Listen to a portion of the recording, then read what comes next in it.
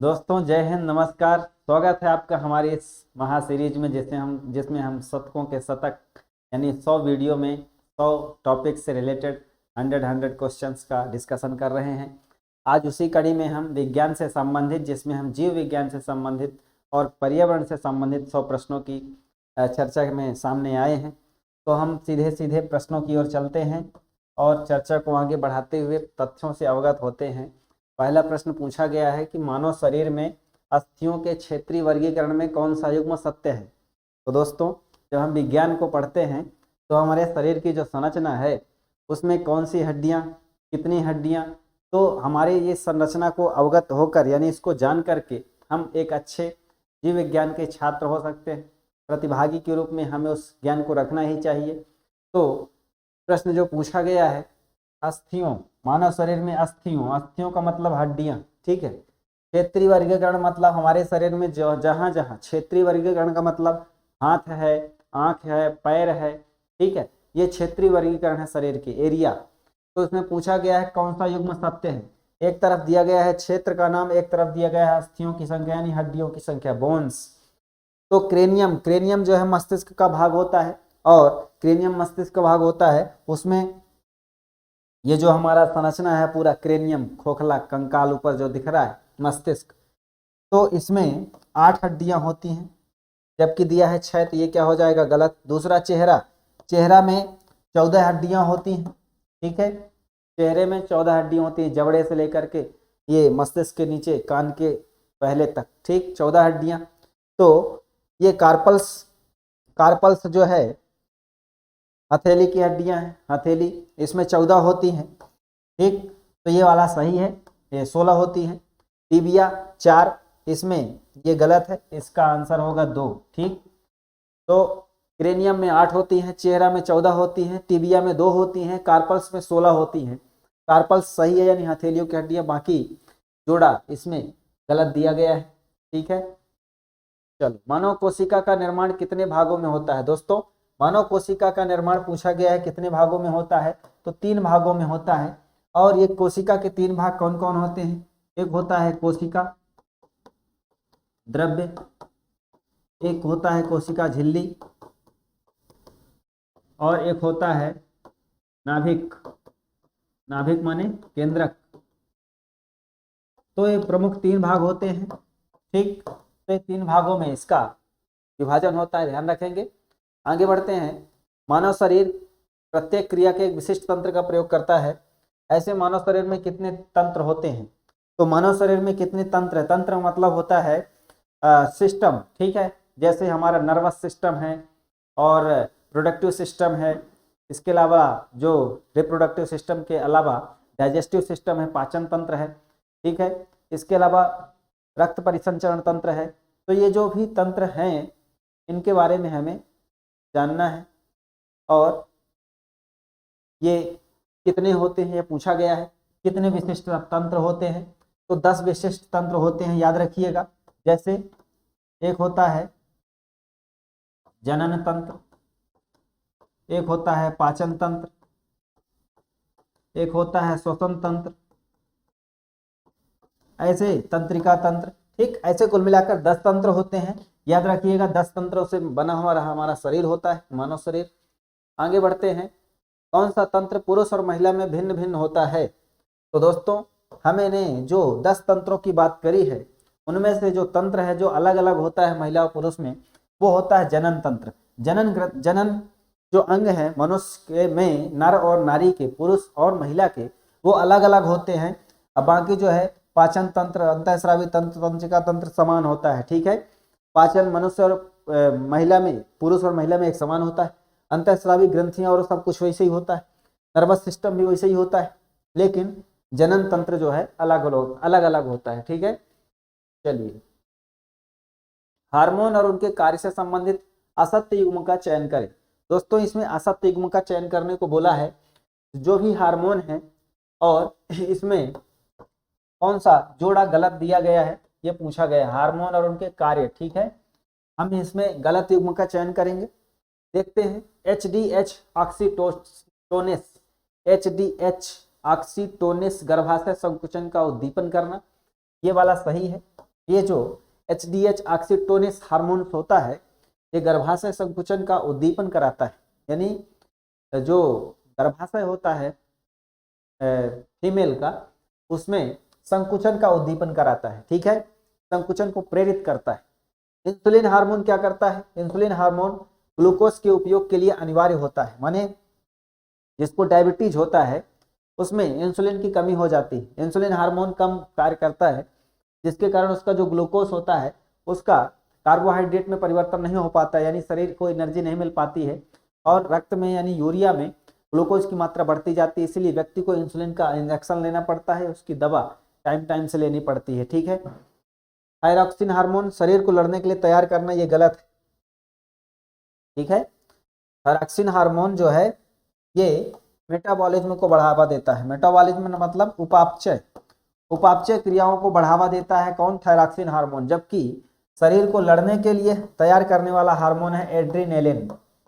Adrenaline, adrenaline hormone जो है शरीर को लड़ने के लिए तैयार करता है। जैसे कोई व्यक्ति किसी से लड़ने को उतारू हो, गाली दे रहा है बार बार, सामने वाला भी गाली दे रहा है, क्रिया के बराबर प्रतिक्रिया, एक चाटा दे दिया, सामने वाला भी दे दिया, और धुआंधार लड़ाई शुरू हो गई। वहां जो हार्मोन काम कर रहा है वो क्या हो गया? एड्रीनेलिन हार्मोन है। लेकिन थायरॉक्सिन हार्मोन जैसे हमारी जो थायराइड ग्रंथि से स्रावित होता है, वो हमारे भोजन को पचाने में मदद करता है। जैसे हम आयोडीन खाते हैं, नमक खाते हैं, वो हमारे थायराइड ग्रंथि से संबंध रखता है और हमारे भोजन को पचाने में आसानी होती है। तो थायरॉक्सिन हार्मोन उपापचय मेटाबॉलिज्म को बढ़ावा देता है। फिर कोर्टियोकोइड शरीर को तनाव संक्रमण से बचाता है। कोर्टियोकोइड हार्मोन शरीर को तनाव और संक्रमण से बचाता है, टेंशन को रिलीज करता है। तो इसका आंसर हो जाएगा सी नंबर, ठीक, बाकी जो है सही है, सी नंबर गलत। चलो, सेरिबेलम किसके लिए उत्तरदायी है दोस्तों? सेरिबेलम जो है इसको हम अनुमस्तिष्क भी कहते हैं, अनुमस्तिष्क, और यह उत्तरदायी है हमारे समन्वय तथा पेशी गति के लिए। समन्वय तथा पेशी गति के लिए हमारे शरीर का जो भी स्ट्रक्चर है, पूरे बॉडी को कोऑर्डिनेशन करने के लिए ये जो है सेरिबेलम, मस्तिष्क का हमारा प्रमुख भाग होता है सेरिबेलम, ये पूरे शरीर का कंट्रोल करता है, ठीक। तो ध्यान रखिएगा, ये समन्वय का काम करेगा। आगे आता है प्रोजेस्टेरॉन। प्रोजेस्टेरॉन किसके लिए उत्तरदायी होता है? तो दोस्तों प्रोजेस्टेरॉन जो हार्मोन होता है ये गर्भाशय का संतुलन, ठीक है, क्या करता है? गर्भाशय का संतुलन बनाने में मदद करता है। माने कैसे? प्रोजेस्टेरॉन हार्मोन महिलाओं के अंडाशय से स्रावित होता है, और जब महिला की डिलीवरी होती है उस समय यह मदद करता है, ठीक है। तो गर्भावस्था का संतुलन बनाए रखने में मदद करता है। चलिए आगे बढ़ते हैं। मानव लार एंजाइम युक्त है। तो दोस्तों मानव लार एंजाइम युक्त है, इसका मतलब पूछ रहा है कि मानव की जो लार है, सलाइवा है, उसमें एंजाइम कौन सा होता है? कौन सा एंजाइम होता है? तो टाइलिन एंजाइम होता है। और टाइलिन एंजाइम क्या करता है? टाइलिन एंजाइम जो है स्टार्च का पाचन करता है और यह अपघटन करता है। किसमें करता है? माल्टोज में, ठीक है, किसमें करता है? माल्टोज में। और जो स्टार्च होता है ये पॉलीसेकेराइड शर्करा होती है, पॉलीसेकेराइड होता है, और जो माल्टोज होता है ये डाइसेकेराइड होता है, ग्लूकोज ग्लूकोज से बनता है, डाइसेकेराइड से मिलकर बना होता है, ठीक। तो पॉलीसेकेराइड किसमें कन्वर्ट हो रहा है? डाइसेकेराइड में, यानी बड़ा अणु छोटे अणु में टूट रहा है, और ये करने का काम, स्टार्च का पाचन करने का काम माल्टोज में कौन करता है? टाइलिन। तो टाइलिन एक एंजाइम है, पाचक एंजाइम है, ठीक है, ध्यान रखिएगा। इसीलिए व्यक्ति को सलाह दी जाती है कि सुबह सुबह उठकर पानी पीना चाहिए, लार को थूकना नहीं चाहिए, यानी पानी के साथ मिलाकर उसको गटक लेना चाहिए अंदर, तो पाचन में मदद करता है, मेटाबॉलिज्म अच्छा रहता है शरीर व्यक्ति का, ठीक है। चलो, आंखों के लेंस की फोकस दूरी किसके द्वारा परिवर्तित होती है? तो दोस्तों इसमें दिए गए ऑप्शनों में सही होगा सिलियरी पेशी। सिलियरी पेशी से हमारे लेंस की जो फोकस दूरी है वो परिवर्तित होती रहती है। सिलियरी पेशी एक अनैच्छिक होती है।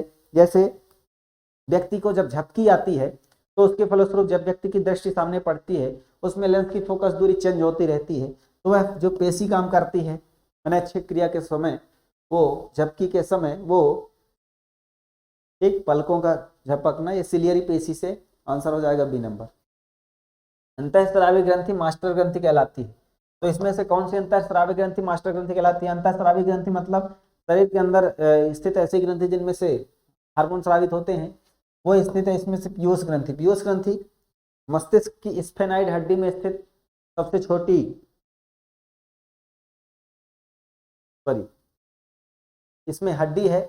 और ये जो पीयूष ग्रंथि है इसमें बहुत सारे हार्मोन स्रावित होते हैं, जैसे एसटीएच हार्मोन, ठीक है, टीएसएच हार्मोन और बहुत सारे हार्मोन जो है जीटीएच हार्मोन, ये सब जनन ग्रंथि, सोमैटोट्रोपिन हार्मोन, टीएसएच हार्मोन ये निकलते हैं।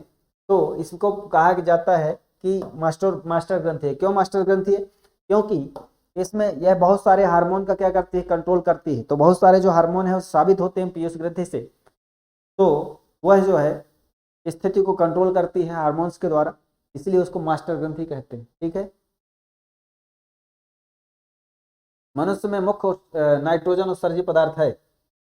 तो मनुष्य में जो उत्सर्जी पदार्थ होता है किसमें, मनुष्य में, जिसमें नाइट्रोजन पदार्थ होता है, तो कौन सा ऐसा पदार्थ है जो उत्सर्जन करता है? मनुष्य। मनुष्य करता है यूरिया का उत्सर्जन, ठीक है। मनुष्य किसका उत्सर्जन करता है? यूरिया का, जिसमें क्या होता है, नाइट्रोजन होता है, ठीक है। क्या होता है उसमें? यूरिया, ठीक है। चलो, कोशिका क्रियाओं का नियंत्रण करने वाला कोशिका अंग कौन सा है? दोस्तों इसमें जो सही आंसर हो जाएगा, कोशिका क्रियाओं का नियंत्रण करने वाला कोशिका अंग, यानी जो हमारी सेल्स गतिविधि है उसका कंट्रोल करने वाला जो अंग है वो केंद्रक। केंद्रक माने जो कोशिका का केंद्रक होता है, ठीक, न्यूक्लियस, वो जो है इसका प्रमुख अंग होता है। कोशिका का प्रमुख भाग केंद्रक होता है इसका। रक्त समूह की खोज किसने की थी? तो दोस्तों ब्लड ग्रुप। ब्लड ग्रुप जो हम पढ़ते हैं, A group, B group, C group, D group, A B group.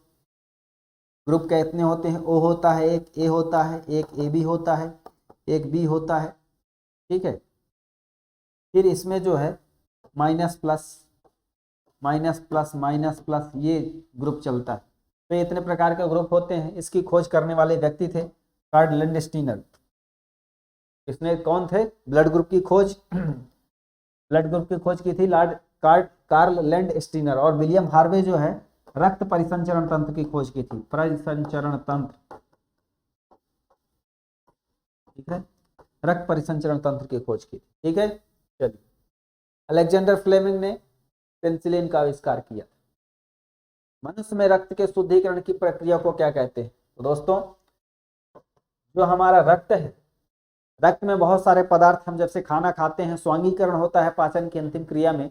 उस स्वांगीकरण से जो भी प्रोडक्ट हमारे ब्लड में मिलते हैं उन सब का छानने का कार्य, पृथक्करण करने का काम जो करता है वो छानने का काम, क्या छानने का? रक्त छानने का काम करता है कौन? किडनी।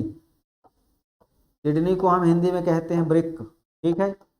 और इसको हम क्रिया को कहते हैं अपोहन। अपोहन को इंग्लिश में कहते हैं डायलिसिस।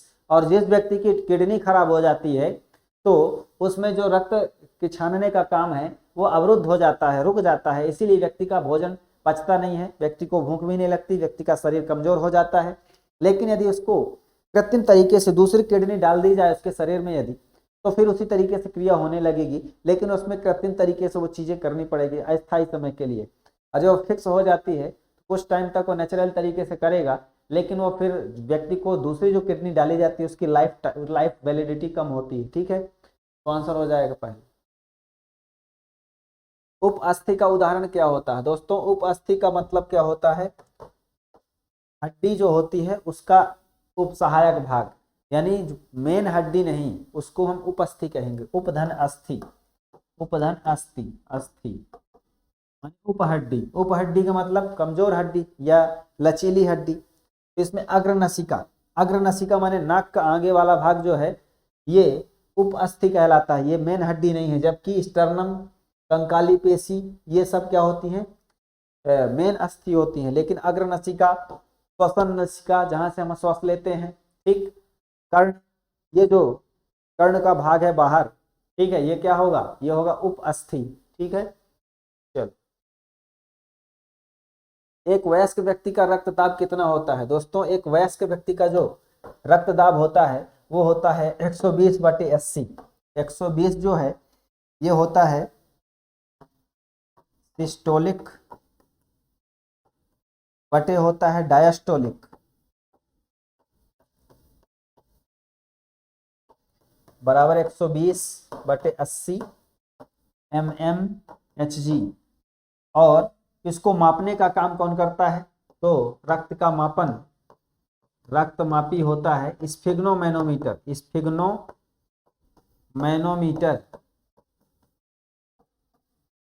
रक्त जो हमारा रक्तदाब मापी, ठीक है, क्या है ये? रक्तदाब मापी। ये होता है स्फिग्नोमैनोमीटर, जिसके द्वारा हम ब्लड प्रेशर मापते हैं। यकृत की संरचनात्मक और कार्यात्मक इकाई क्या है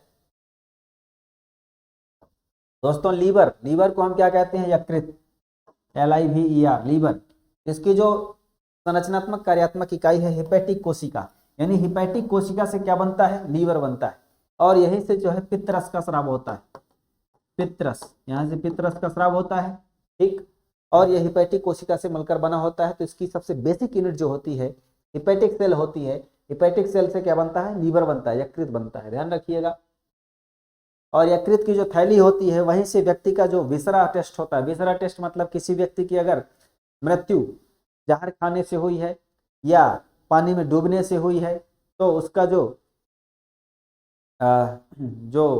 यकृत की थैली होती है वहां से वो डाइटम जो जीव होता है पानी, उससे पता चलता है कि व्यक्ति की मृत्यु पानी में डूबने से हुई है या व्यक्ति को मार करके फेंका गया है, यानी हत्या करके उसको पानी में फेंका गया है, या उसको जीवित रूप में पानी में फेंका गया था, जिसके कारण वो पानी अगर पी गया होगा तो उसका कुछ अंश उसके यकृत लीवर में जम जाएगा और वहां से वो डाइटम का पता चल जाएगा, ठीक। तो इस तरीके से व्यक्ति की मृत्यु का पता भी चलता है। चलो, यकृत की संरचनात्मक इकाई हमने पढ़ ली, हेपेटिक कोशिका। आगे बढ़ते हैं। वृक्क की संरचनात्मक और क्रियात्मक इकाई क्या होती है दोस्तों? वृक्क माने किडनी, और किडनी की जो संरचनात्मक क्रियात्मक इकाई है माने वृक्क। जो किडनी है, किडनी किससे मिलकर बना होता है? किडनी की बेसिक यूनिट क्या है? उसकी यूनिट है वृक्काणु या नेफ्रॉन, ठीक है। वृक्क अणु या नेफ्रॉन, यानी छोटे छोटे नेफ्रॉनों से क्या बनती है? किडनी बनती है, ठीक है। ध्यान रखिएगा, नेफ्रॉन जो है इसके रचक कण है। श्वसन दर किसके द्वारा नियंत्रित होती है दोस्तों? श्वसन दर को नियंत्रित करने का काम हमारे शरीर का जो मेडुला ऑब्लांगेटा है, यह पश्चिम मस्तिष्क का भाग होता है। पश्चिम मस्तिष्क, ठीक है। मस्तिष्क के कई भाग हैं, अग्र मस्तिष्क, अनुमस्तिष्क, पश्चिम मस्तिष्क। तो इसमें से जो पश्चिम मस्तिष्क का भाग होता है मेडुला ऑब्लांगेटा, यहाँ पीछे साइड इसको माना जाता है। तो ये मेडुला ऑब्लांगेटा ये श्वसन दर को नियंत्रित करने वाला काम है। ये अनैच्छिक क्रिया का नियंत्रण प्रयास, ठीक। अनैच्छिक क्रिया को नियंत्रण करने का प्रयास इसके द्वारा किया जाता है। जैसे जंगल में कहते हैं अगर कोई रीछ मिल जाए, वहां आप जान बचाना चाहते हो तो आप जमीन में लेट जाओ सांस रोक करके, वो सामने सूंघेगा और देखेगा कि इसकी सांस नहीं चल रही तो आगे बढ़ जाएगा। तो इस तरीके से हम मेडुला ऑब्लांगेटा का सहारा, यानी श्वसन को रोक करके, श्वसन की दर को कम करके, बहुत बारीक करके, थोड़ी देर तक रोक करके हम किसी भी बड़े हमले से बच सकते हैं। तो श्वसन दर को कंट्रोल करने में मदद कौन करेगा? मेडुला ऑब्लांगेटा करेगा। हृदय धड़कन को भी नियंत्रित करने में, ठीक है। फेफड़ों की संरचनात्मक क्रियात्मक इकाई क्या होती है? तो इसकी हमने चर्चा कर ली है। फेफड़ों की, वृक्क की कर लिए हैं, नेफ्रॉन होती है। और फेफड़ों की यानी लंग्स की, फेफड़ों को इंग्लिश में क्या कहते हैं? लंग्स। और इसकी जो इकाई होती है कोपिका होती है, ठीक है। फेफड़े किससे मिलकर बने होते हैं? कोपिका से मिलकर बने होते हैं। इनका इंग्लिश में नाम होता है इवोलिस। इवोलिस इसको इंग्लिश में कहते हैं, कोपिका हिंदी में कहते हैं, जिसके कारण ये बनी होती है। शारीरिक और मानसिक लैंगिक वृद्धि किस हार्मोन के द्वारा होती है? तो दोस्तों, किसी भी व्यक्ति के शारीरिक और लैंगिक वृद्धि जिस हार्मोन के द्वारा होती है उसको हम कहते हैं वृद्धि हार्मोन, की एड्रेनालिन हार्मोन, की थाइमोक्सिन हार्मोन, की थायरॉक्सिन हार्मोन। आप दोस्तों प्रयास करिए, हमारे साथ कमेंट करिए और आप अपने पास जो भी रफ शीट होगी उसमें आंसर मिलान करिए कि आपका कौन सा सही हो रहा है। तो इसका सही आंसर क्या होगा हमें बताएंगे। तो दोस्तों इसका सही आंसर हो जाएगा थायरॉक्सिन हार्मोन। क्या आंसर हो जाएगा इसका? Thyroxine hormone. ठीक है, इसका आंसर हो जाएगा थायरॉक्सिन हार्मोन। क्यों? क्योंकि व्यक्ति का शारीरिक मानसिक विकास और लैंगिक वृद्धि थायरॉक्सिन हार्मोन से होती है। यानी यदि यह हार्मोन कम स्रावित होगा तो व्यक्ति जो है जड़ मानवता हो जाएगी। जड़ मानवता माने मंदता, मानसिक मंदता, यानी आप कुछ भी बोलो उसको कम समझ में आएगा, उसको जड़ मानवता कहते हैं। ठीक है, यानी बहुत देरी से समझ पाएगा वो व्यक्ति, तो उसके मानसिक विकास बहुत कम होगा, तो उसमें थायरॉक्सिन हार्मोन कम स्रावित होता है। ठीक है, और ये जो है इसके लिए महिलाओं को आयोडीन खाने की सलाह दी जाती है। जो महिलाएं इनसे वंचित रह जाती हैं या नहीं यूज करती, तो उसके बच्चों पर उसका प्रभाव देखा जाता है। थायरॉक्सिन हार्मोन इसका सही आंसर हो जाएगा।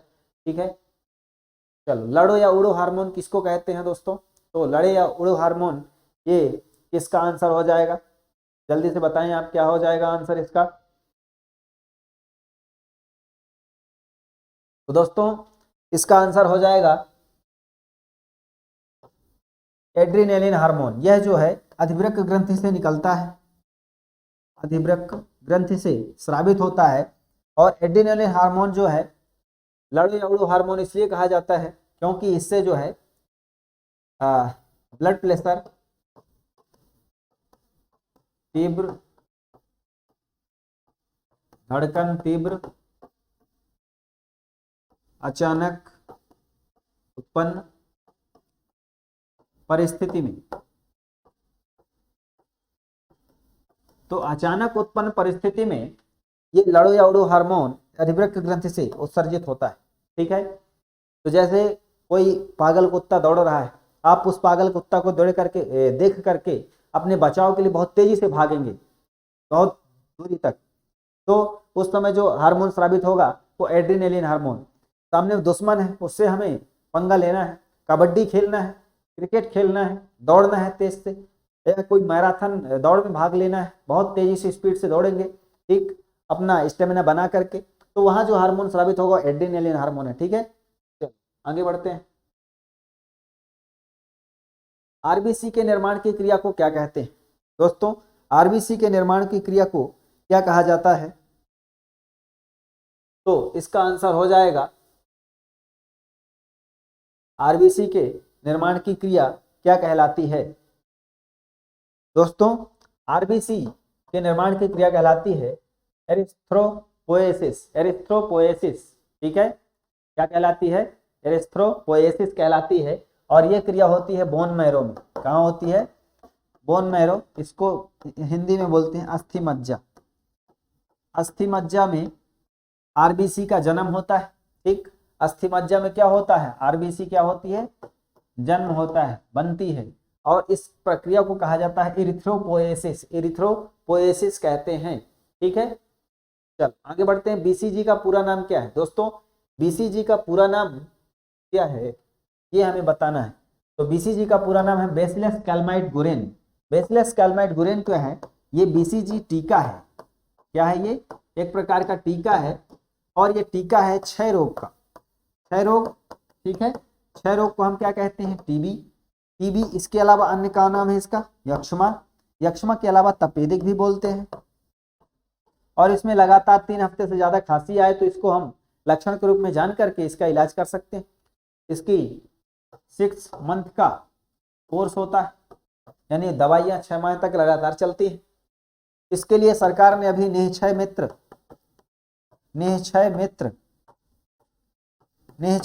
अभियान के लिए ब्रांड एम्बेसडर बनाया है दीपा मलिक को।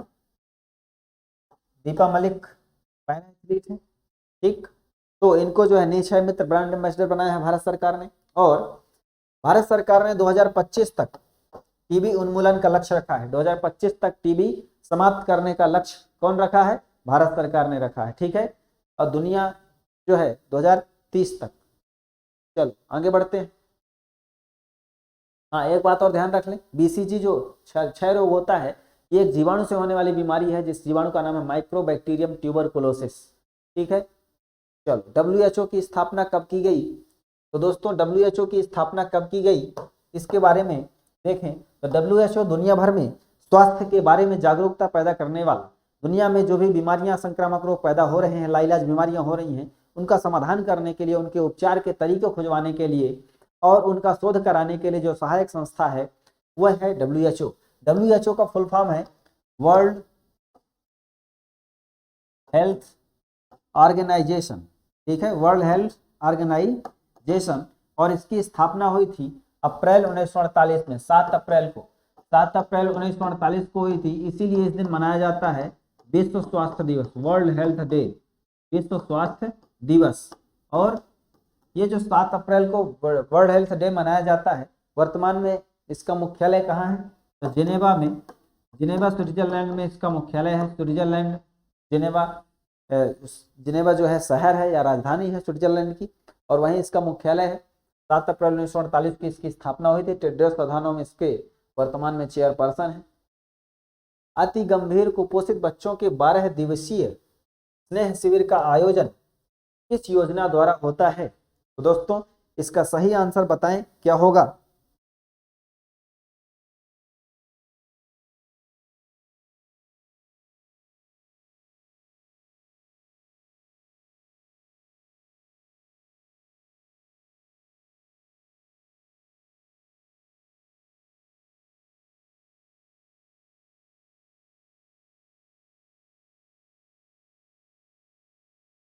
तो आंसर हो जाएगा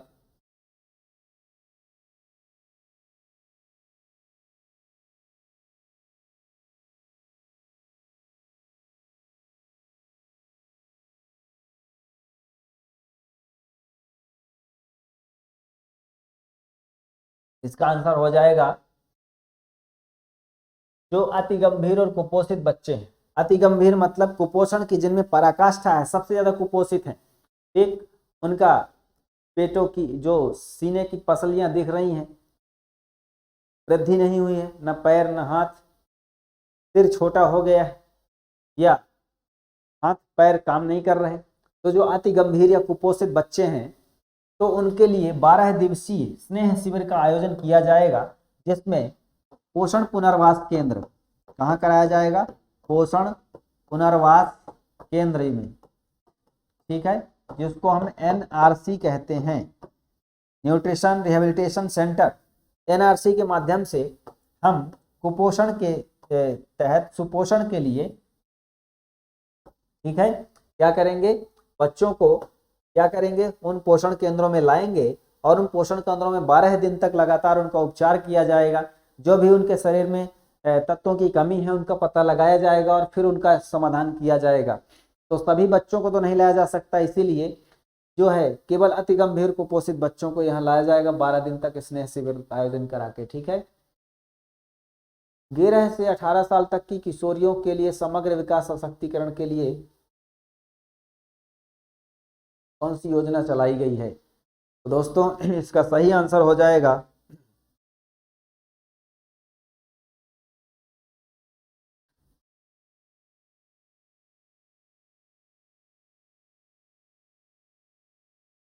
सबला योजना।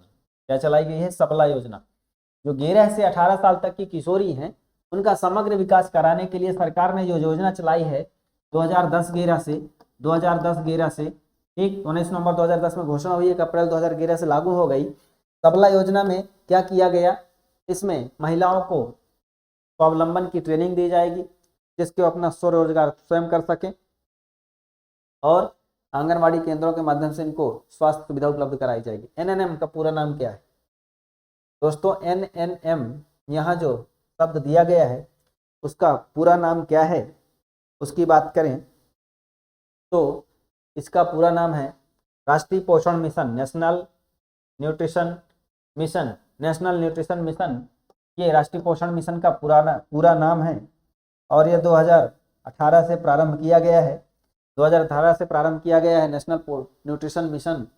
तो इसका आंसर हो जाएगा, आगे बढ़ते हैं, विटामिन डी की कमी से होने वाला रोग कौन सा होता है? तो दोस्तों विटामिन डी की कमी से होने वाला रोग कौन सा है इसका बताएं।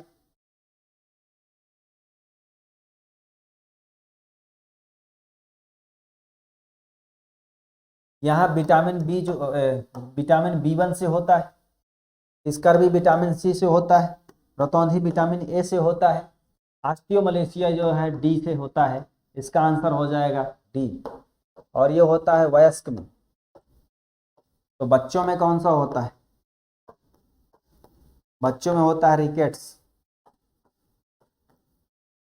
ठीक, बच्चों में रिकेट्स हो जाता है, पेट फूल जाता है और पैरों का पर्याप्त विकास नहीं होता, हड्डियां कमजोर हो जाती हैं, तो बच्चों में रिकेट्स बीमारी होती है। वयस्कों में ऑस्टियोमलेशिया, विटामिन डी की कमी से। विटामिन डी क्या होता है? ये हमारे जो सूर्य का प्रकाश है उसके द्वारा हमारे शरीर में स्वयं ये संश्लेषित होता है, यानी एक ऐसा विटामिन है जो हमारे शरीर में उपस्थित होता है, बस उसके लिए जरूरत है सूर्य के प्रकाश की। सूर्य के प्रकाश की उपस्थिति में बैठेंगे तो विटामिन डी का हमारे शरीर में संश्लेषण होने लगेगा। विटामिन डी को हम क्या कर सकते हैं? प्राकृतिक रूप से अपने शरीर में स्वयं पाते हैं। ठीक है, हीमोग्लोबिन में उपस्थित तत्व कौन सा है? दोस्तों, हीमोग्लोबिन में जो तत्व उपस्थित होता है उसको कहा जाता है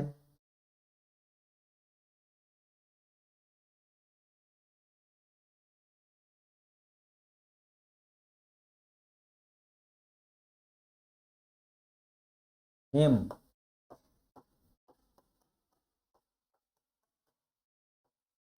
हीमोग्लोबिन दो शब्दों से मिलकर बना होता है, जिसमें हीम का जो मतलब होता है लाल, लाल रंग का वर्णक।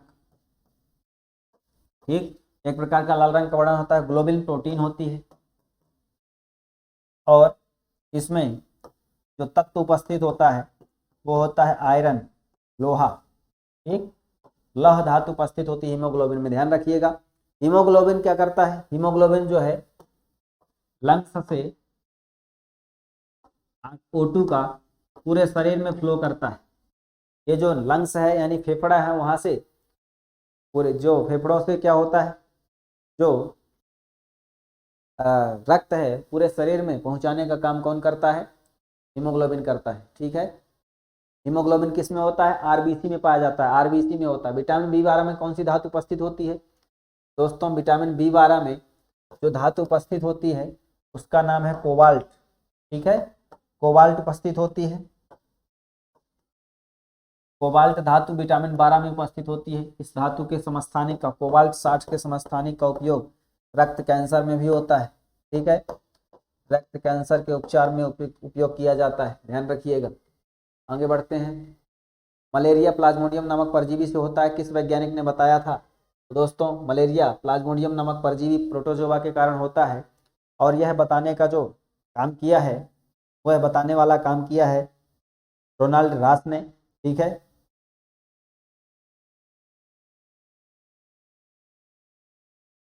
तो दोस्तों ये बताने वाले वैज्ञानिक थे सर रोनाल्ड रास, रोनाल्ड रास। ठीक है, इनको 1901 में मलेरिया के लिए परशोध के लिए नोबेल पुरस्कार भी मिला था। क्या मिला था इनको? नोबेल पुरस्कार। किस क्षेत्र में मिला था? चिकित्सा के क्षेत्र में मिला था। और ये इन्होंने बताया था कि प्लाज्मोडियम परजीवी के कारण क्या होता है? प्लाज्मोडियम परजीवी के कारण क्या होता है? मलेरिया होता है। और इसका जो वाहक होता है, वाहक मतलब ये परजीवी कहाँ से, किसके माध्यम से शरीर में फैलता है? तो उसके लिए होता है जो वाहक होता है मादा एनाफिलीज मच्छर। मच्छर, ये मच्छर की प्रजाति है मादा एनाफिलीज, जिसके काटने से शरीर में मलेरिया फैलता है और उसका वायरस परजीवी जो है प्रवेश कर जाता है। पीएम मातृ वंदना योजना पूरे देश में कब लागू की गई? तो दोस्तों, पीएम मातृ वंदना योजना कब शुरू की गई है पूरे देश में? इसको हमें बताना है।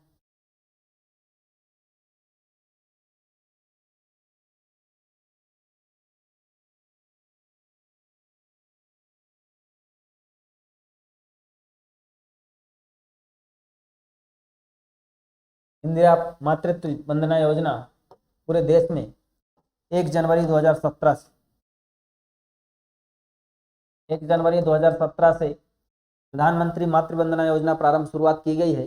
इसके पहले इस योजना का नाम था, पूर्व नाम इंदिरा गांधी के नाम पर था। ठीक है,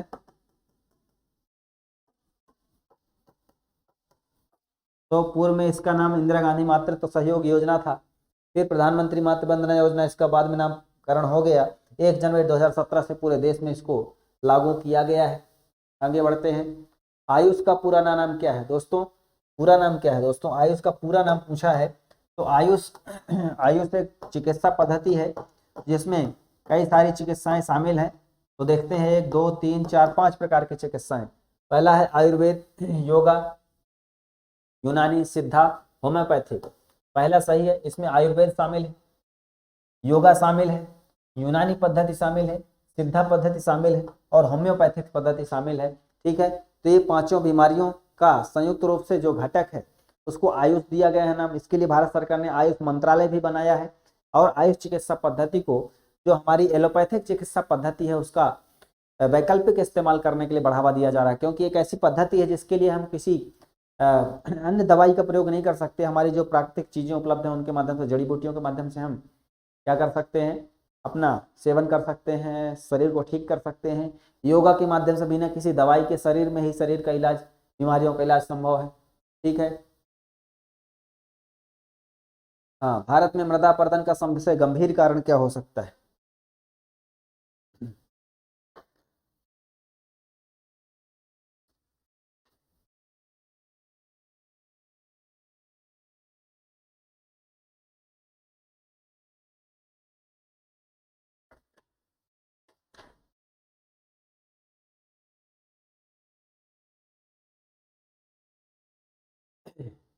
हमने भी H2O ले लिया, पानी, H2O, हाइड्रोजन ऑक्सीजन का मिश्रण। ठीक है।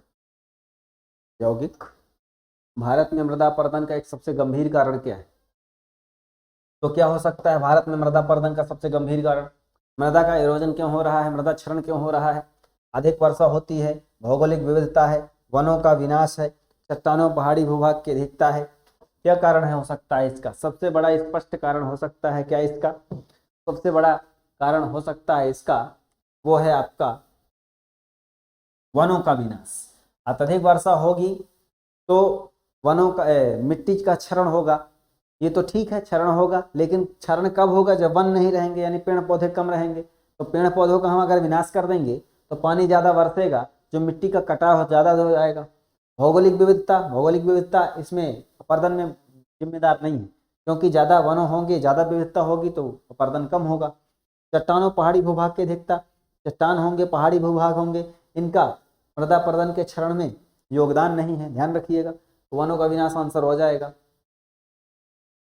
निम्न में से भूमि संरक्षण के लिए उपाय कौन कौन से हैं? तो भूमि संरक्षण के लिए उपायों की अगर हम बात करें तो आंसर हो जाएगा हमारा, वनों की कटाई अगर रोक दी जाए तो भूमि संरक्षण होगा, यानी मृदा अपरदन रुकेगा, मृदा गुणवत्ता बढ़ेगी। सही है।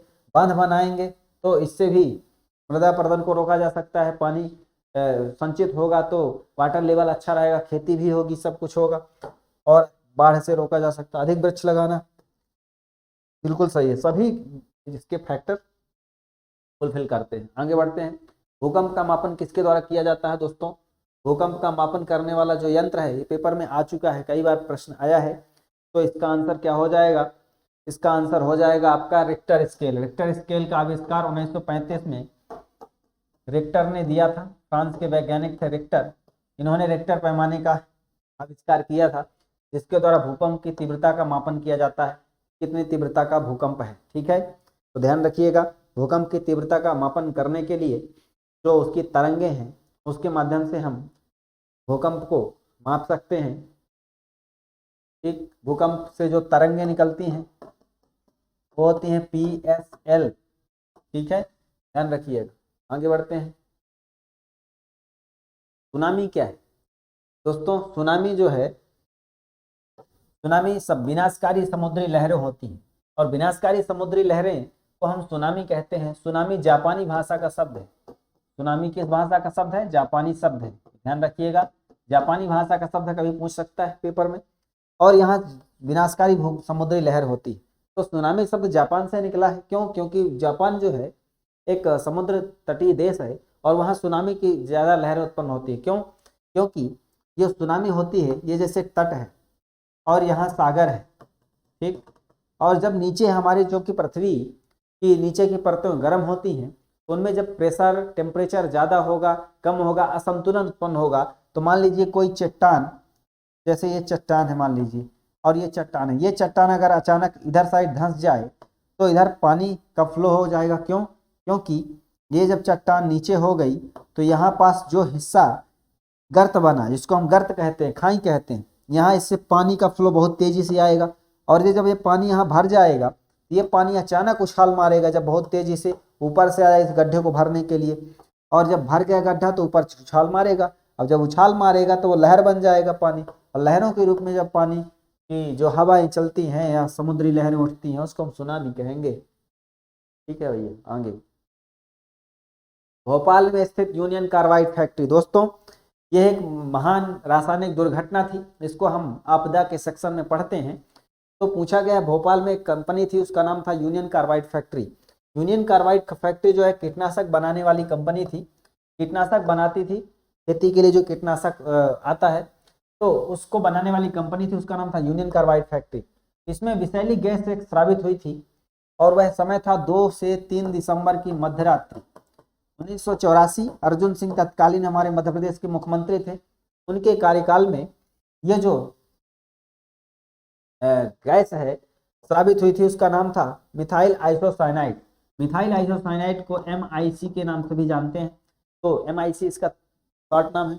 तो ये 2-3 दिसंबर 1984 की अर्धरात्रि को भोपाल में उत्सर्जित हुई थी और इसका जो मालिक था वारेन एंडरसन, ये एंडरसन जो था वो विदेश भाग गया था। हालांकि बाद में फिर उसके खिलाफ एक्शन भी दिया गया था कि वही जिम्मेदार था, इसके लिए कई हजार लोगों की मौत भी हुई।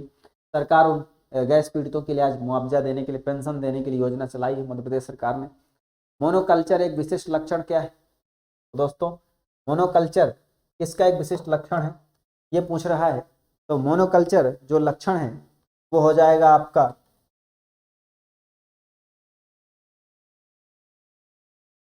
स्थानांतरित कृषि।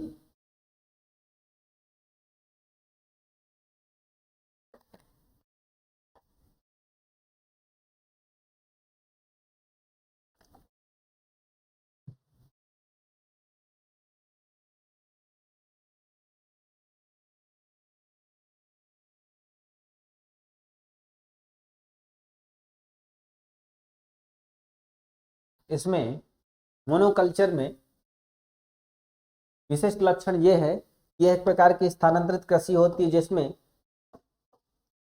एक वर्ष में एक खेती, ठीक है, एक वर्ष में एक खेती की जाए, उसी को हम मोनोकल्चर कहेंगे। ठीक है,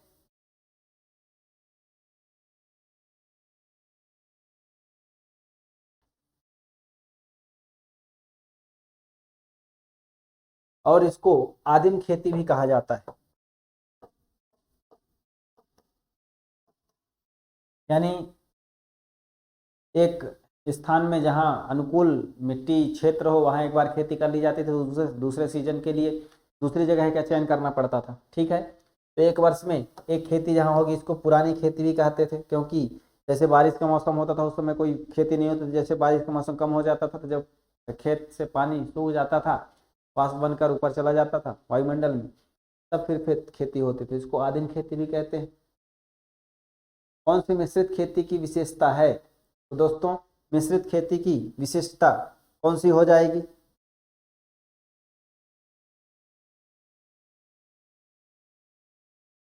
तो मिश्रित खेती की विशेषता हो जाएगी पशुपालन और शस्य उत्पादन को एक साथ करना। तो पशुपालन और शस्य उत्पादन, शस्य उत्पादन का मतलब फसल उत्पादन, पशुपालन का मतलब खेतों में जो पशुओं के लिए चारा है उसकी भी खेती की जाए, यानी चारा भी हो जाए, और साथ साथ में पशुपालन के लिए जो हमारा स्रोत है वो भी मिल जाए, पशुओं के लिए भूसा मिल जाए, पशुओं के लिए चारा मिल जाए उस खेती से, तो हमें अनाज की भी प्राप्ति हो जाएगी, पशुओं के लिए भी आहार मिल जाएगा, तो मानव आहार पशु आहार दोनों मिल जाएंगे। इसी को हम कहते हैं मिश्रित खेती, मिक्स्ड कल्चर। ठीक है, हरित खेती में क्या सम्मिलित है? तो दोस्तों हरित खेती में क्या शामिल है? तो हरित खेती में क्या शामिल हो जाएगा? समेकित कीट प्रबंधन, समेकित कीट प्रबंधन, समेकित पोषक पदार्थ आपूर्ति, समेकित प्राकृतिक संसाधन प्रबंधन। तो इसमें सही हो जाएगा 3 नंबर। इसमें क्या किया जाएगा, जो भी कीट प्रबंधन है उसके लिए हमें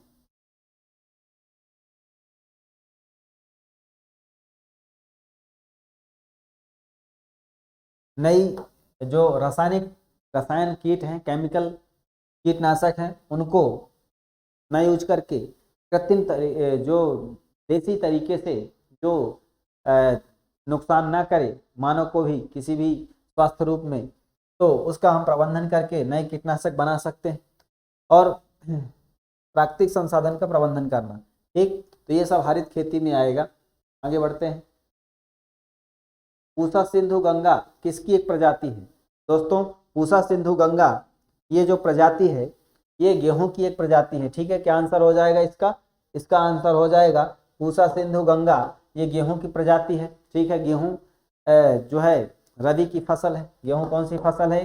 रबी की फसल है। इसकी अन्य किस्में कौन सी हैं? तो अन्य किस्में हैं 306, 2285, ठीक है। और इसके अलावा डब्लू, ठीक है, डब्लू, और एक होता लोकमन। ऐसे बहुत सारे इसकी प्रजातियां हैं गेहूं की। पूसा सिंधु गंगा गेहूं की प्रजाति है। आगे बढ़ते हैं।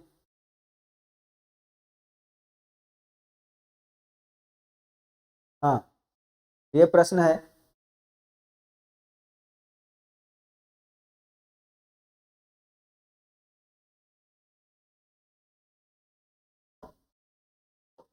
इसमें बीमारी पूछा है, इसमें कौन सी? गन्ना, गन्ना आप देखे होंगे उसमें बीच बीच में जो गांठ होती हैं वहाँ गन्ना फट सा जाता है और उसमें लाल लाल परत उसकी दिखाई देती है, उसको रेड रॉट कहते हैं, ठीक। धान में जो आलू होता है इसमें उकठा विल्ट रोग होता है, ठीक। आलू में उकठा विल्ट रोग होता है। इसके अलावा जो धान होता है, धान में खैरा रोग होता है। अरहर में होता है झुलसा लेट ब्लाइट। झुलसा लेट ब्लाइट ये जो है पौधा इसका सूख जाता है, अरहर का, तुअर भी कहते हैं इसको। तो गन्ना में रेड रॉट, धान में खैरा रोग, और अरहर में झुलसा लेट ब्लाइट, आलू में उकठा विल्ट, इसके पत्ते चकत्ते पड़ जाते हैं और वह आलू का पौधा सूख जाता है, ठीक है। चलिए, तो इसका आंसर हो जाएगा ये। आगे बढ़ते हैं। कौन सा सही सुमेलित नहीं है? तो एक तरफ दिया गया है फसल का नाम और दूसरी तरफ दिया गया है बीमारी का नाम। इसमें कौन सा सुमेलित नहीं है? तो दोस्तों, इसमें आपका आंसर जो हो जाएगा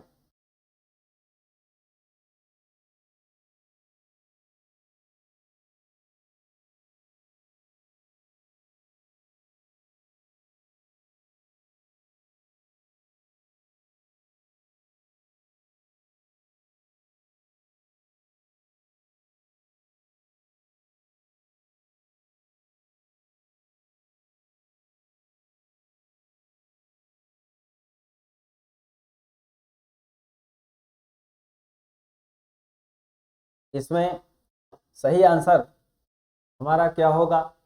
सुमेलित नहीं है जो पूछा रहा है, यानी कौन सा गलत है, ठीक। चना में उकठा विल्ट होता है, मटर में, आलू में भी उकठा विल्ट होता है, चना में भी होता है, मटर में बुकनी पाउडर मिल्ड्यू, बाजरा में अरगट, धान में हरित बाल। तो इसमें सही आंसर हो जाएगा, धान में नहीं होता, ये बाजरे में होता है। तो बाजरे में ये हरित बाल लोग लगता है, उसकी पत्तियां, इसको पत्तियों में इसको देखा जाता है। और ठीक है, आगे बढ़ते हैं। प्रसंस्करण के लिए आलू की सबसे अच्छी किस्म, प्रसंस्करण के लिए आलू की सबसे अच्छी किस्म होती है कुफरी चिप्सौना। कुफरी चिप्सौना जो होती है ये बड़ी होती है और इससे जो है चिप्स वगैरह बनाए जा सकते हैं, नमकीन बनाई जा सकती है। तो ये फूड प्रोसेसिंग इंडस्ट्री के लिए बहुत अच्छी आलू होती है, इसके लिए कुफरी चिप्सौना कहते हैं। आगे बढ़ते हैं। स्टॉक फार्मिंग क्या होती है? दोस्तों, स्टॉक फार्मिंग जो होता है ये शब्द क्या बताता है? तो स्टॉक फार्मिंग जो शब्द है ये बताता है पशुओं का प्रजनन और पालन करने की विधि। स्टॉक फार्मिंग माने पशुपालन से सीधा रिलेटेड समझ लीजिए कि पशुपालन में हम क्या करेंगे, पशुओं की खेती का मतलब होता है पशुओं का पालन करना और उनका प्रजनन कराना, ठीक है। यानी उससे विभिन्न प्रकार के जो गाय उत्पन्न बछड़े उत्पन्न होंगे और सांड उनका वीर्य करके उनके प्रजनन को पालन करने की जो गतिविधि है, ठीक है, उसको हम स्टॉक फार्मिंग कहते हैं। जहाँ उच्च नस्ल के सांड रखे जाते हैं, वहाँ से सीमन कृत्रिम रूप से इकट्ठा किया जाता है और प्रजनन के लिए इस्तेमाल किया जाता है, ठीक, साइंटिफिक तरीके से। पशुओं प्रजनन के लिए संबंधित है स्टॉक फार्मिंग। आगे बढ़ते हैं। संगठित कृषि प्रणाली किसका उदाहरण है? तो दोस्तों संगठित कृषि प्रणाली जो होती है इसमें क्या क्या शामिल होते हैं? संगठित कृषि प्रणाली में पशुधन भी शामिल होता है, कुक्कुट पालन भी होता है, मत्स्य पालन भी, तीनों, यानी तीनों भी हम संगठित कृषि प्रणाली में मानते हैं। माने तीनों जो चीज़ें हैं, तीनों जो गतिविधियां हैं वो हमारी संगठित कृषि प्रणाली में आएंगी या एकीकृत कृषि प्रणाली में आएंगी, जिसमें हम कृषि के विभिन्न घटक जैसे मत्स्य पालन, मुर्गी पालन, मधुमक्खी पालन, ये सब इसमें आ जाएंगे, ठीक। रेशा फसलें कौन सी हैं? तो दोस्तों ऐसी फसलें जिनसे फाइबर निकलता है, रेशा निकलता है, जिनका उपयोग हम रेशेदार वस्तुएं बनाने में कर सकते हैं। रेशे से जो बनती हैं वो कौन कौन से हो जाएंगे?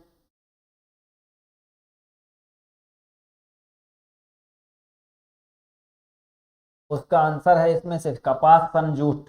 यानी इन वस्तुओं से जो इन फसलों से जो रेशा उत्पन्न हो रहा है इसको खाया नहीं जा सकता, इसकी केवल वस्तुएं बनाई जा सकती हैं। तो ऐसी फसलें कपास है। कपास से जैसे ऊन निकलता है, रुई, उससे आप गद्दे में रुई भर सकते हैं, उससे कपड़े बनाए जा सकते हैं, कॉटन, ठीक। सन जो है, जूट जो है, इसका उपयोग दरी बनाने में किया जाता है, ठीक, बोरे बनाने में किया जाता है। अब यहाँ कुछ कृषि के तरीके दिए गए हैं, उनका नाम बताना है। एपीकल्चर, एपीकल्चर का संबंध है शहद उत्पादन यानी मधुमक्खी पालन। सेरीकल्चर रेशम कीट पालन। पीसीकल्चर मत्स्य पालन। विटीकल्चर अंगूर उत्पादन। एपीकल्चर मतलब होता है मधुमक्खी पालन। किसका मतलब क्या है? मधुमक्खी पालन। तो मधुमक्खी पालन का मतलब क्या है? एपीकल्चर। सेरीकल्चर रेशम कीट का पालन, रेशम उत्पादन करने के लिए। पीसीकल्चर मत्स्य उत्पादन करना है।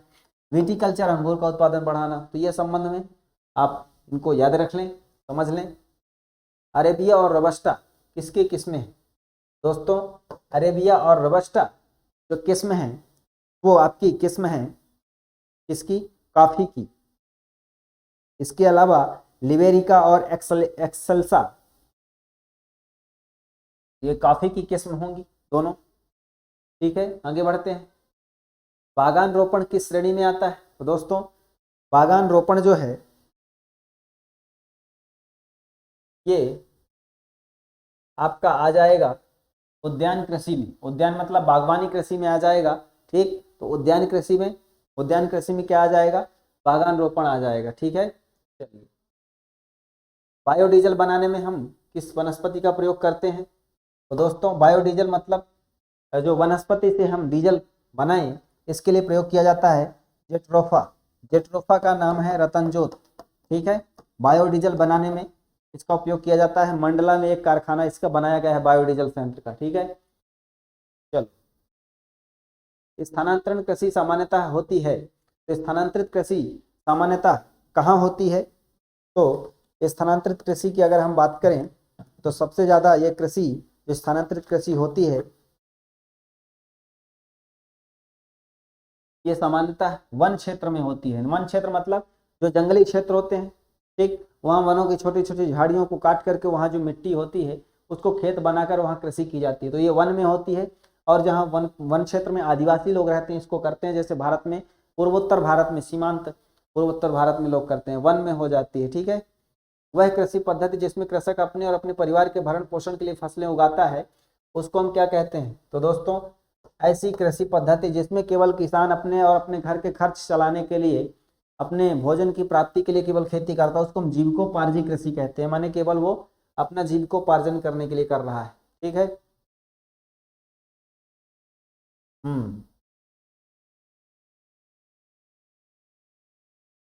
चलिए देखते हैं इसमें। कुनैन जो होती है, कुनैन मलेरिया की दवा है, सिनकोना नामक वृक्ष की छाल से प्राप्त की जाती है। इसके अलावा अफीम जो है, अफीम अफीम जो है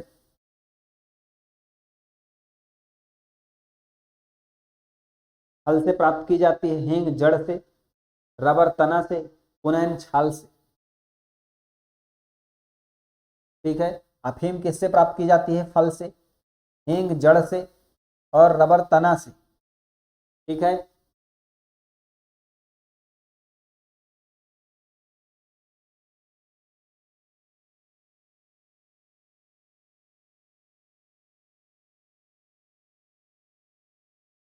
अफीम का हो जाएगा फल, हींग किससे निकलती है? जड़ से प्राप्त किया जाता है, रबर को तना से, और कुनैन को, कुनैन छाल रहती है सिनकोना नामक वृक्ष की छाल से। ठीक है, सिनकोना की छाल। आगे बढ़ते हैं। मानव खोपड़ी की अस्थियों की संख्या, अस्थियों का जोड़ क्या होता है? तो दोस्तों मानव की जो खोपड़ी होती है उसमें जो हड्डियों का जोड़ है वो क्या होता है? उसको हम कहते हैं अचल यानी स्टेबल। ठीक है, उसको हम क्या कहेंगे? स्टेबल या अचल। चलिए आगे बढ़ते हैं।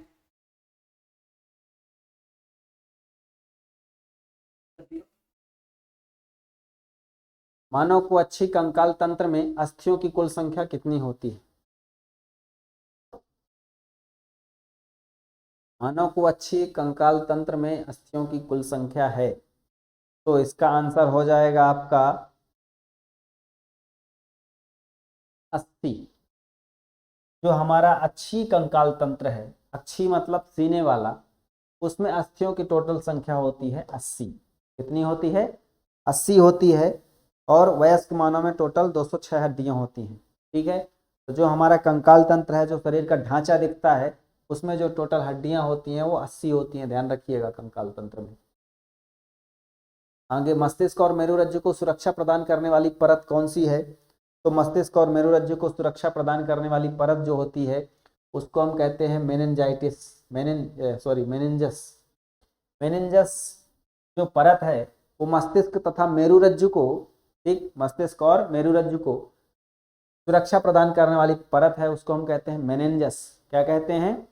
तो ध्यान रखिएगा, उसका नाम है मेनिनजस। ठीक है, जो मस्तिष्क सुषुम्ना द्रव भरा होता है, जो तकिए के समान मस्तिष्क की रक्षा करता है। ठीक है, ये जो हमारी मस्तिष्क के पीछे ये मेरुरज्जु है, यहाँ तकिए के समान जो द्रव भरा रहता है मेनिनजस, जिसमें हमारा मस्तिष्क टीका रहता है, सुरक्षा प्रदान करता है, उसको हम मेनिनजस कहते हैं। तो मेनिनजस आंसर हो जाएगा। आगे बढ़ते हैं। टैंक सिंचाई प्रसिद्ध है। दोस्तों टैंक सिंचाई प्रसिद्ध है दक्षिणी पठार में। दक्षिणी पठार में टैंक सिंचाई पद्धति होती है। ठीक है, इसमें जो पद्धति है, इसमें टैंक बनाकर, यानी जो पथरीली जगह होती है वहाँ पानी इकट्ठा कर लिया जाता है, फिर वहाँ से सिंचाई की जाती। तो दक्षिणी पठार में इसको यूज किया जाता है। अफीम किस श्रेणी की दवा के अंतर्गत आता है? दोस्तों अफीम जो आता है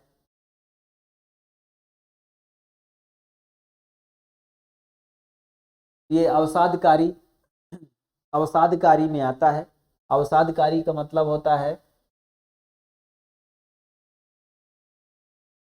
व्यक्ति को नींद आएगी, व्यक्ति सो जाएगा बिल्कुल शांत से।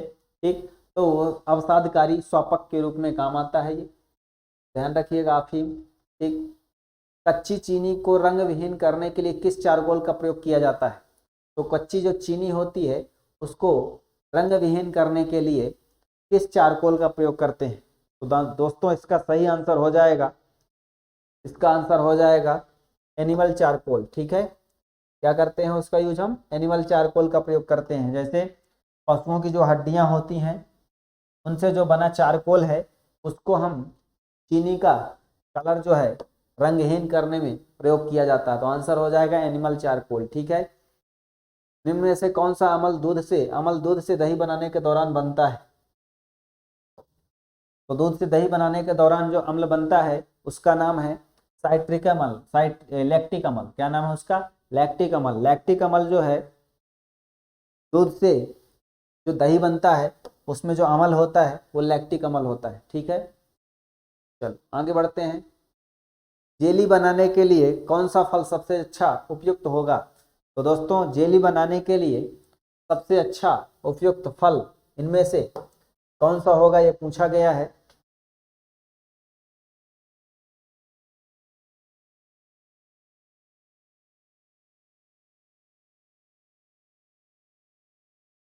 तो आंसर हो जाएगा इसका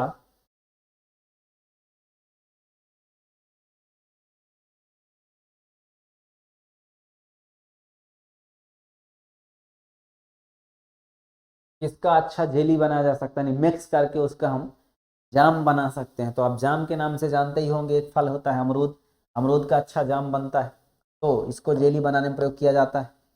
कैथ, पपीता, आम इसमें नहीं आएंगे। ठीक है, इससे कम कम बनता है। चलो, पौधों को पोषक हवा, पानी, मिट्टी ये प्राप्त होते हैं। इन पोषकों के संदर्भ में सही कथनों पर विचार करें। तो दोस्तों क्या हो जाएगा इसका आंसर? पौधों को बृहद पोषकों की प्राप्ति जल से प्राप्त होती है। ये गलत। पोषक के रूप में पौधे कार्बन तथा ऑक्सीजन वायु से प्राप्त करते हैं। बिल्कुल सही है, ये प्राप्त करते हैं।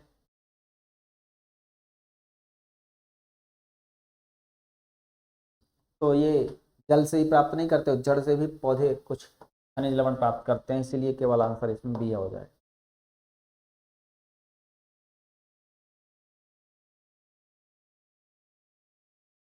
ऐसी गतिविधि जिसके द्वारा प्राथमिक कृषि उत्पादों का मूल्यवर्धन किया जाता है क्या कहलाता है? दोस्तों क्या हो जाएगा इसका आंसर? जैसे हमने अभी बात करी थी पुराने प्रश्न में, आलू की किस्म है चिप्सौना। तो कुफरी चिप्सौना क्या करते हैं, उसका अच्छी चिप्स बनाने में, नमकीन बनाने में इस्तेमाल होता है। तो खाद्य प्रसंस्करण के रूप में हम जो प्राथमिक उत्पाद के प्रयोग कर रहे हैं यानी कृषि के प्रोडक्ट का, तो खाद्य प्रसंस्करण में हो रहा है। ठीक, तो आंसर हो जाएगा खाद्य प्रसंस्करण, जिससे उसका रेट अगर 1 किलो आलू का 20 रुपये है तो अगर उसकी चिप्स बना के बेचेंगे तो 1 किलो की चिप्स जो है 1000 रुपये तक में बिकेगी। ठीक है, खाद्य प्रसंस्करण उद्योग को बढ़ावा देने के लिए खाद्य प्रसंस्करण मंत्रालय की स्थापना कब की गई है? तो इसका सही आंसर हो जाएगा भारत सरकार, भारत द्वारा जुलाई 1988 को, जुलाई 1988,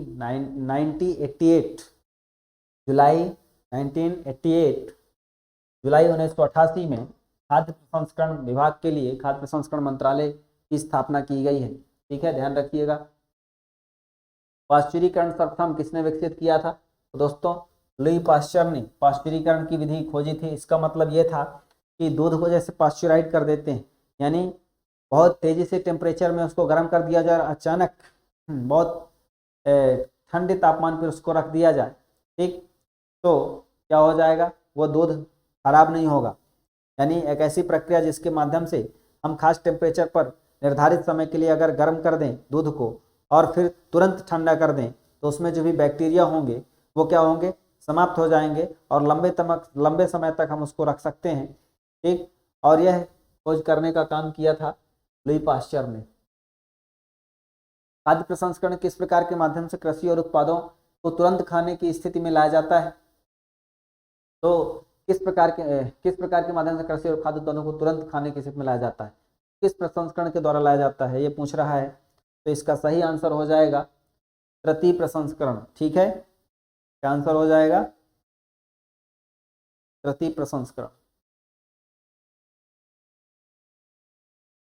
यानी वहां से पहले तो हम खेत से लाएंगे, फिर उसको मार्केट से बेचेंगे, फिर वहां से मार्केट से कारखाना में जाएगा, उसके बाद निर्माण होगा, फिर तीसरे में फिर वो प्रसंस्कृत होकर पैकेट में आएगा, हम उसको खाएंगे तो तीसरी प्रक्रिया द्वारा हमें खाने की स्थिति में मिलेगा। शुष्क हिमीकरण प्रक्रिया में खाद्य पदार्थों को किसके माध्यम से वेग से वाष्पित किया जा सकता है? तो दोस्तों इसका सही आंसर हो जाएगा तरल हाइड्रोजन। पदार्थों को किसके माध्यम से तीव्र वेग से वाष्पित किया जाता है शुष्क हिमीकरण में? तो तरल नाइट्रोजन की उपस्थिति में, तरल नाइट्रोजन आंसर हो जाएगा। ठीक है। टमाटर के केचप में प्रयोग होने वाले रसायन का नाम क्या है? तो दोस्तों टमाटर का जो केचप होता है उसमें प्रयोग जो रसायन होता है, जो सॉस होता है, उसमें जो हम प्रयोग करते हैं वो प्रयोग करते हैं सोडियम बेंजोएट। इसका प्रयोग इसलिए करते हैं क्योंकि वो जो टमाटर का केचप है वो खराब नहीं होता है, खराब होने से बचाता है सोडियम बेंजोएट उसको। ठीक है, चलो आगे बढ़ते हैं। पोटेशियम मेटाबाइसल्फेट प्रयोग किस में करते हैं? दोस्तों पोटेशियम मेटाबाइसल्फेट का प्रयोग करते हैं किसमें, ये पूछ रहा है प्रश्न।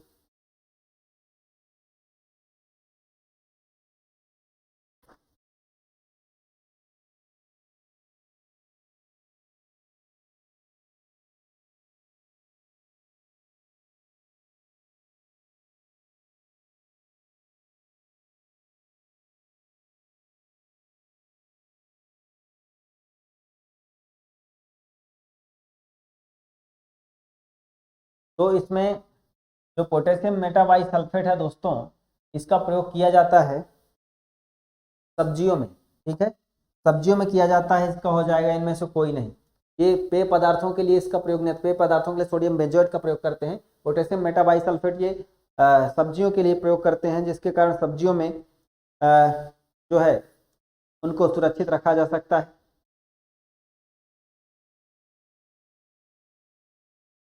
ठीक है, तो आंसर हो जाएगा क्या? कोई नहीं। केंद्रीय खाद्य प्रसंस्करण तकनीकी अनुसंधान संस्थान भारत के किस राज्य में स्थित है? तो दोस्तों ये हो जाएगा आंसर आपका मैसूर कर्नाटक में। क्या है? मैसूर कर्नाटक में यानी बंगलुरु में क्या है? केंद्रीय खाद्य प्रसंस्करण तकनीकी अनुसंधान संस्थान है। ठीक है, तो कहाँ इसका सेंटर है? तो आंसर हो जाएगा आपका कर्नाटक में। ठीक है, 1950 में स्थापना हुई थी। खाद्य प्रसंस्करण के जनक कौन कहलाते हैं? तो दोस्तों खाद्य प्रसंस्करण के जो जनक हैं वो कहलाते हैं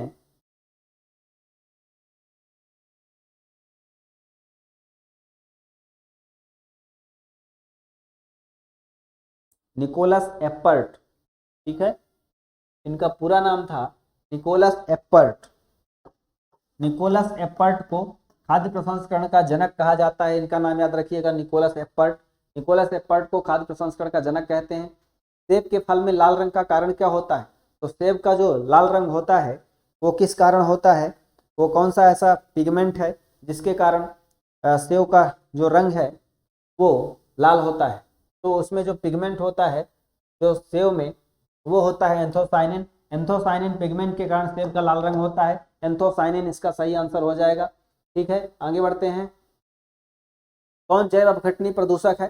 तो दोस्तों जैव अपघटनी जो प्रदूषक होता है यानी वो अपने आप बायोलॉजिकल जो जीवों के अपघटकों के द्वारा है वो टूट जाएगा, अपघटित हो जाएगा, वो है सीवेज यानी मल सीवेज इसके द्वारा। जबकि एस्बेस्टॉस, प्लास्टिक, पॉलीथीन ये बहुलक से बने होते हैं, उनके लिए बहुत टाइम लगता है, ये आसानी से नहीं होगा।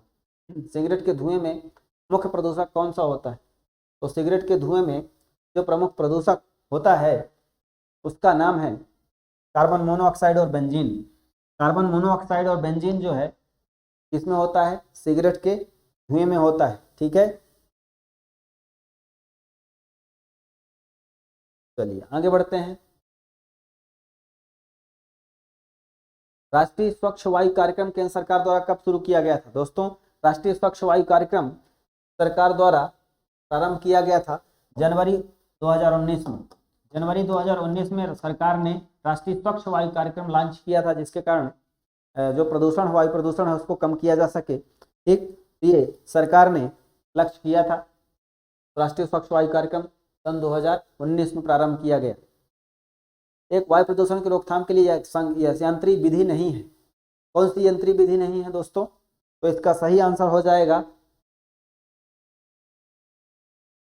बैग फिल्टर है, साइक्लोन कलेक्टर है, साइक्लोन सेपरेटर है, साइक्लोन डिवाइडर नहीं है।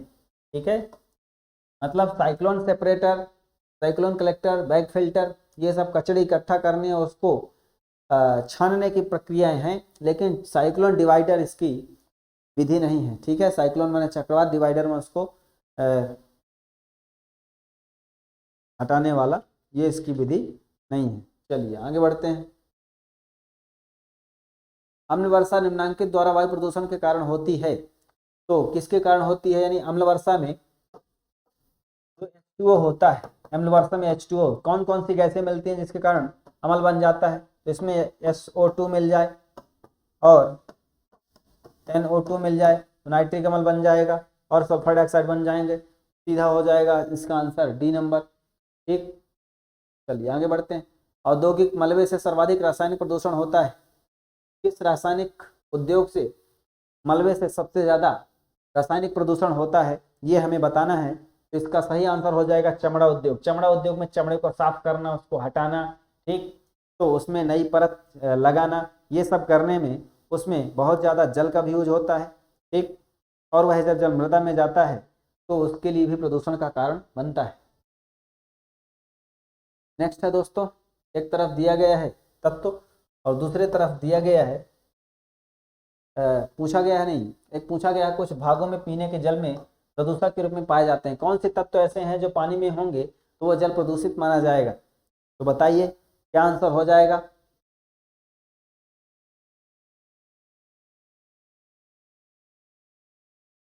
इसमें आर्सेनिक, आर्सेनिक अगर होगा, भारी धातु होती है, ठीक, वह जल को प्रदूषित कर देगी, शरीर के लिए नुकसानदायक है। यूरेनियम भी होगा, फ्लोराइड भी होगा, कार्बिटॉल और फॉर्मेल्डिहाइड, इनका इफेक्ट नहीं होता। तो 1, 3, 5 आंसर सही हो जाएंगे। ठीक, तीनों जो है प्रभावित करते हैं। ध्वनि प्रदूषण को मापने के लिए कौन सी इकाई है? तो दोस्तों ध्वनि प्रदूषण को मापने के लिए जो इकाई है वो डेसिबल है, और 60 डेसिबल से ज़्यादा ध्वनि जो है कर्णकटु होती है और अवांछित होती है।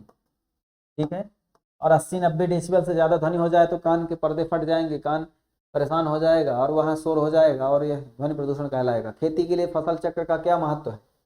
खेती के लिए फसल चक्र का महत्व है किस दृष्टि से? तो दोस्तों इसका आंसर हो जाएगा, इसमें उत्पादन में वृद्धि होती है, मृदा की उर्वरता संरक्षित रहती है, मृदा कटाव कम होता है।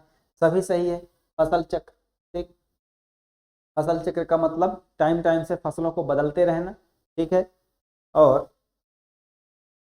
उसको निश्चित क्षेत्र में हम हेर फेर करके बोएं। ठीक है, एक जैसे एक बार अनाज की फसल, दूसरी बार दलहन की फसल, ठीक, ऐसे। चलिए आगे बढ़ते हैं। हाँ,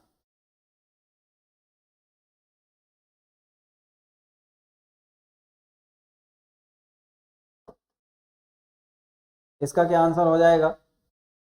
कार्बन मोनोऑक्साइड लीवर और किडनी को क्षति पहुंचाती है, बिल्कुल सही है। नाइट्रोजन ऑक्साइड कैंसर को प्रभावित करते हैं। भूल के कारण श्वास संबंधी रोग, सीसा केंद्रीय नर्वस सिस्टम। यानी ये पूरा सही सुमेलित है और इसका सही सुमेलन 1, 2, 3 हो जाए, 1, 2, 3, 4 हो जाए। इंसिनरेटर्स, इंसिनरेटर्स जो होता है ये क्या करता है? तो इसका प्रयोग हम करते हैं कूड़ा कचरे को जलाने के लिए, कूड़ा कचरे को जलाने के लिए। जो ई अपशिष्ट होता है, ई अपशिष्ट है ना, इलेक्ट्रॉनिक गैजेट्स, इलेक्ट्रॉनिक सामान वगैरह, उसको हम जलाने के लिए इंसिनरेशन करते हैं और इसको हम एक अपशिष्ट उपचार प्रक्रिया के रूप में माना जाता है। ठीक, तो कूड़ा कचरा जलाने के लिए हम करते हैं, ई अपशिष्ट को जलाने के इंसिनरेटर्स कहते हैं। भारत में किसमें एक महत्वपूर्ण विशेषता के रूप में उत्पादक दायित्व आरंभ किया गया था? विस्तारित उत्पादक दायित्व कब शुरू किया गया था दोस्तों? ये शुरू किया गया था आपका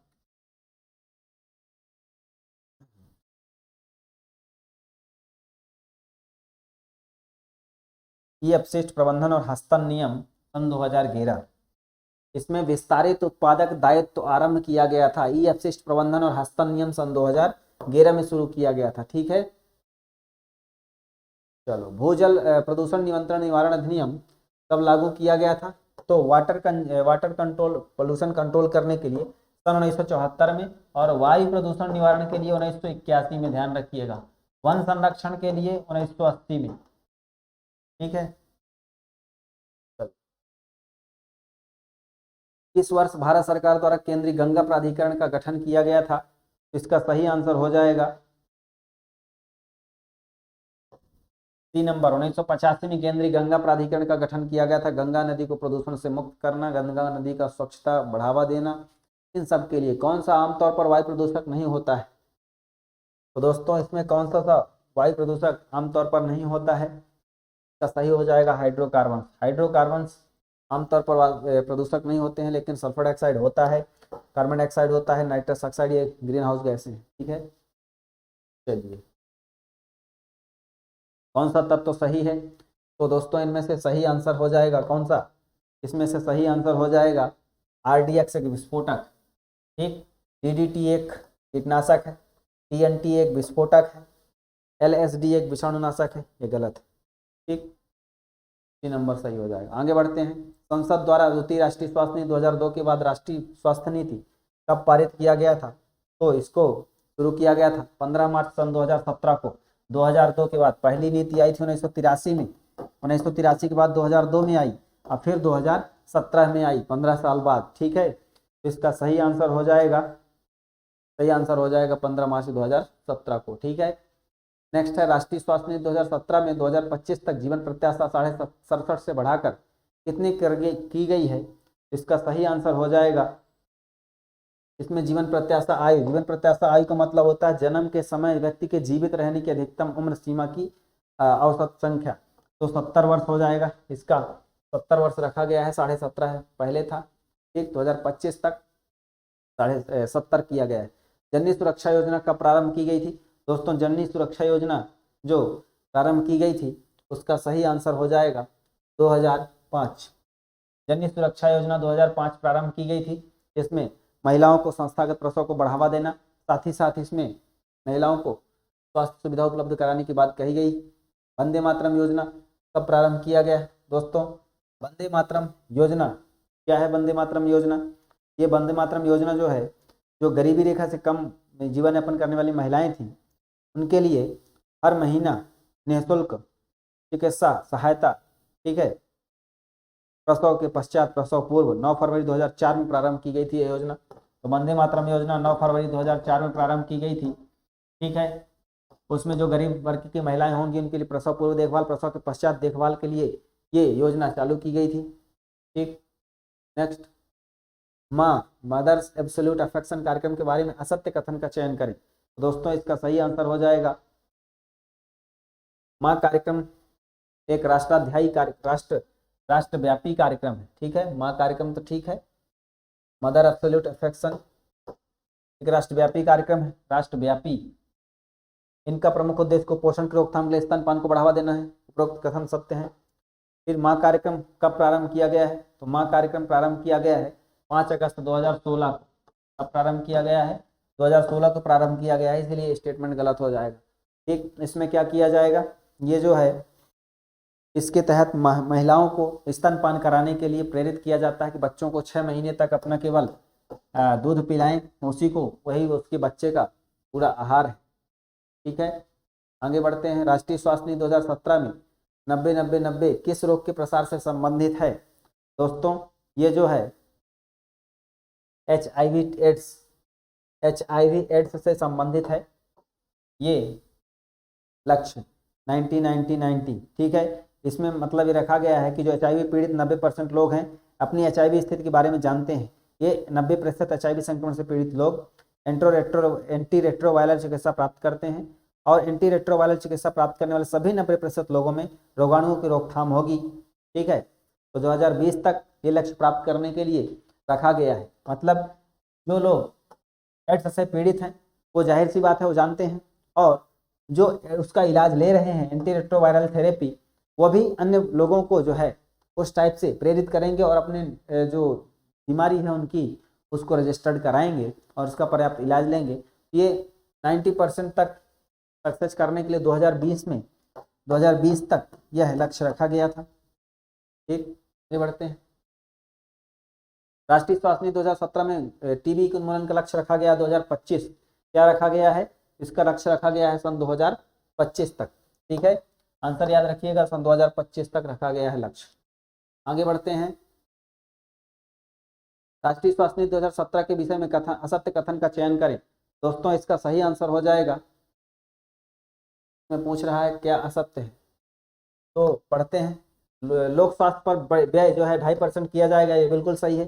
2 बेड प्रति 1000 जनसंख्या पर उपलब्ध होंगे, सही है। आयुष चिकित्सा पद्धति का विस्तार होगा, सही है। यानी सभी कथन इसके सही हैं। ठीक है, चलिए।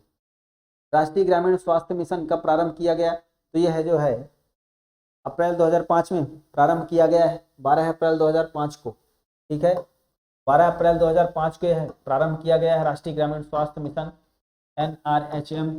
ठीक, इसी के तहत जो है आशा ग्रामीण क्षेत्र में, शहरी क्षेत्र में ऊषा, ये ग्रामीण क्षेत्र के लिए, और यह जो है शहर क्षेत्र के लिए ये accredited social health activist, urban social health activist, ये क्या करेंगी, जो गर्भवती महिलाएं हैं उनके लिए स्वास्थ्य सुविधा के लिए प्रेरित करेंगी, परिवार नियोजन के लिए प्रेरित करेंगी, और जो प्रारंभिक जांच देखभाल है उसके लिए आंगनवाड़ी केंद्रों तक लाने के लिए, उनका टीकाकरण कराने के लिए, बच्चों का टीकाकरण कराने के लिए ये जो है NRHM के तहत गांव में या शहर क्षेत्र में एक प्राथमिक स्वास्थ्य देखभाल कार्यकर्ता है, जो ANM के सहयोग से ऑक्सिलरी नर्स मिडवाइफ, ये जो है आशा से ऊपर की स्वास्थ्य कार्यकर्ता है, ये जो है इसकी सहायता करेगी, आशा जो है इसकी सहायता करेगी ANM की। ठीक है, तो इस तरीके से दोस्तों हम लोगों ने आज साइंस से संबंधित बायोलॉजी के ज़्यादा क्वेश्चन थे इसमें, उनको जाना समझा। और बहुत साइंस क्योंकि क्वेश्चंस थोड़ा क्लिष्ट होते हैं, कठिन होते हैं, तो जाहिर सी बात है एक बार में आपको याद नहीं होंगे, तो कई बार आपको इस वीडियो को क्वालिटी जो स्पीड है, स्पीड को बढ़ा करके, इस वीडियो की स्पीड को बढ़ा करके ठीक आप देख सकते हैं। ठीक, हमारी आवाज़ यद्यपि हम जल्दी जल्दी बोलते हैं, तो आपको जैसा सहज लगे वैसे आप सुनिएगा और बार बार सुनिएगा, ताकि आपके ये सारे क्वेश्चंस के आंसर याद हो जाएं। अन्य जो रिलेटेड फैक्ट्स भी हम बताते हैं वो भी आपको याद हो जाएंगे। तो दोस्तों इसी तरीके से हमारे साथ आप अपना विश्वास बनाए रखें। धन्यवाद।